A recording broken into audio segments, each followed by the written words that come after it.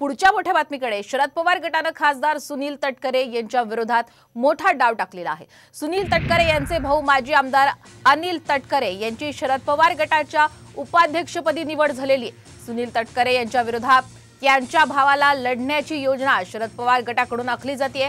काही दिवसांपूर्वी अजित पवार यांनी रायगड लोकसभा मतदारसंघात सुनील तटकरे यांची उमेदवारी निश्चित असल्याचं म्हटलं होतं। त्यामुळे राष्ट्रवादीच्या तटकरे विरुद्ध कोण असा प्रश्न उपस्थित झाला होता। त्यातच आता शरद पवार गटाने सुनील तटकरेंच्या भावाला पक्षात मोठी जबाबदारी दिली आहे। त्यामुळे सुनील तटकरेंना मात देण्यासाठी पवारांची ही खेळी असावी अशी चर्चा सुद्धा राजकारणात रंगली आहे।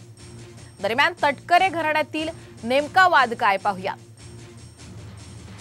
तटकरे कुटुंबियांमध्ये 2019 पासून मतभेद आहेत। तत्पूर्वी शरद पवार यांच्या मध्यस्थीने सुनील आणि अनिल तटकरे यांच्यामध्ये तडजोड केली होती। मात्र अनिल तटकरे यांचे सुपुत्र अवधूत तटकरेंना 2019 मध्ये डावललं।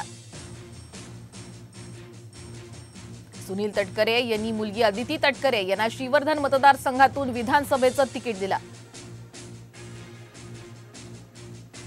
तिकीट दिल्यानं तटकरे कुटुंबियांमध्ये वाद निर्माण झाला।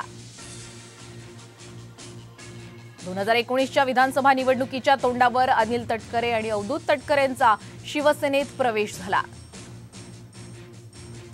त्यानंतर आता राष्ट्रवादी शरदचंद्र पवार पक्षात त्यांचा प्रवेश झालाय।